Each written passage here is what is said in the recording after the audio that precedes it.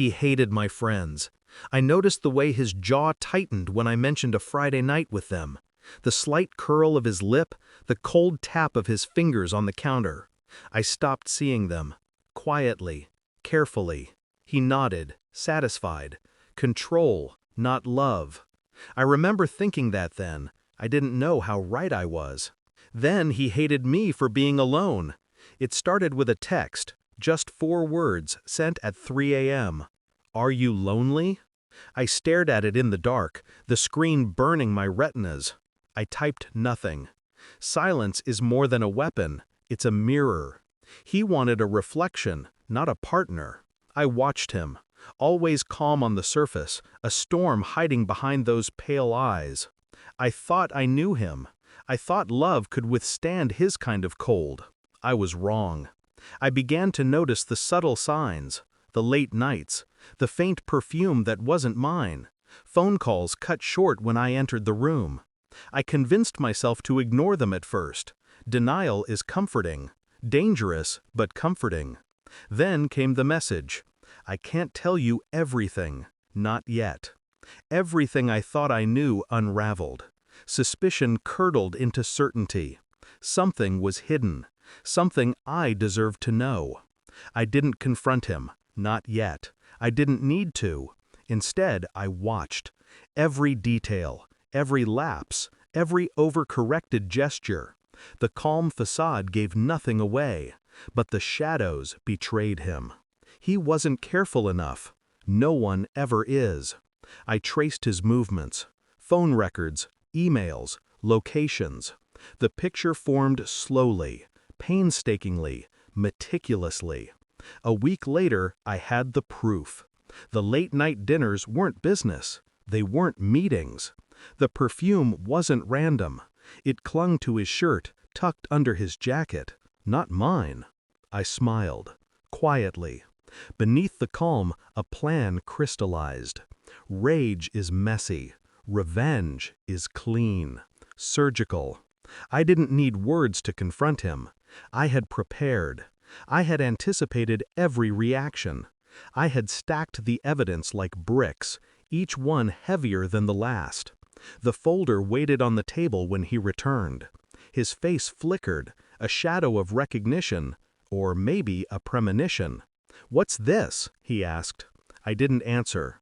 Silence is more effective than explanation. It forces people to speak, to reveal themselves. He opened it anyway. Messages, photos, receipts. Every lie he had built like a fortress now crumbled into ink and pixels. His hand shook, his lips parted. No words. Not yet. I leaned back, calm, detached. The storm inside me unmoving. "You wanted control," I said finally, soft, deliberate. "Not love.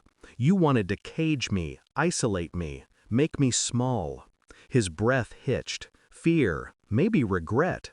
He was unprepared for quiet devastation. "You forgot one thing," I continued. "I always knew. I always saw. You just thought your fortress was hidden."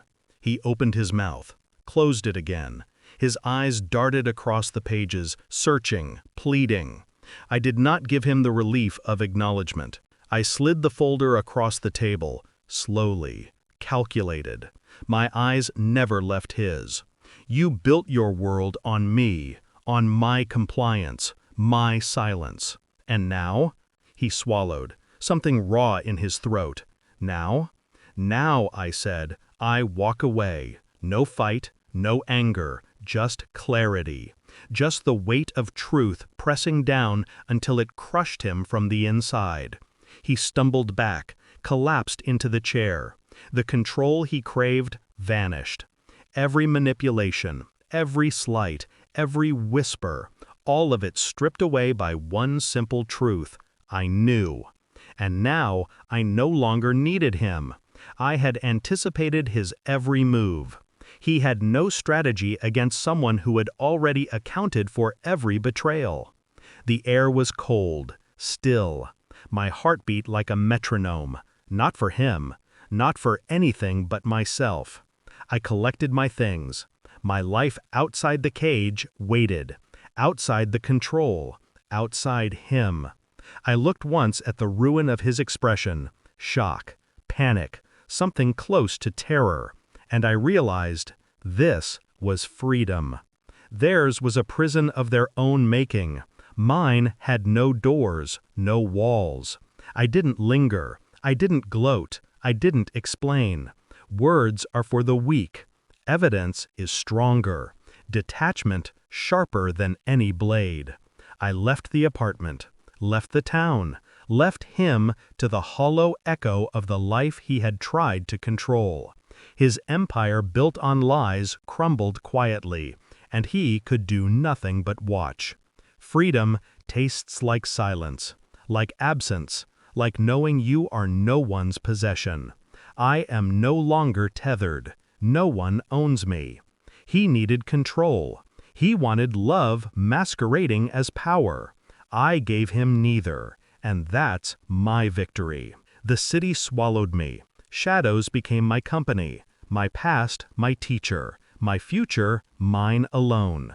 He will recover. Eventually, he will tell himself it was my betrayal, but he will never understand the betrayal was never mine. It was always his. And I will never return to explain. Some cages are built from others' fears. Some prisons exist only in the mind. I freed myself from both. I don't look back. I don't mourn. I don't hope. I walk forward, cold, calculated, complete. And the last thought before the night swallows me, I am no one's anymore. I am free.